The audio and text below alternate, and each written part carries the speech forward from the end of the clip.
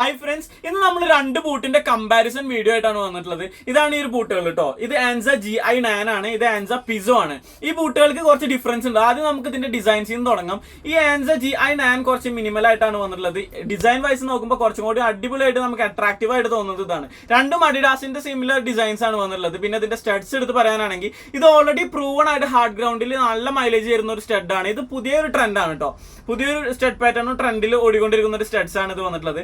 ഇനി കംഫർട്ട് ഭാഗത്തോട്ട് വരുമ്പോൾ ഈ ഫുൾ സ്ലീവിൽ വരുന്ന ആൻസ പിസോയില് ഒരു എക്സ്ട്രാ കുഷനിങ് വന്നിട്ടുണ്ട്. സാധാരണ ഇതിലും കുഷനിങ് വരുന്നുണ്ട്, അതിനേക്കാളും കുറച്ചും കൂടി എക്സ്ട്രാ കുഷനിങ് വരുന്നത് കൊണ്ട് തന്നെ കുറച്ചും കൂടി കംഫർട്ട് നമുക്ക് പ്രതീക്ഷിക്കാം. പിന്നെ ഇതിന്റെ പ്രൈസിൽ നല്ല വ്യത്യാസം വരുന്നുണ്ട്. ഏകദേശം ഇതിന്റെ പ്രൈസ് MRP പ്രൈസ് വരുന്നത് 1399 ആണ്.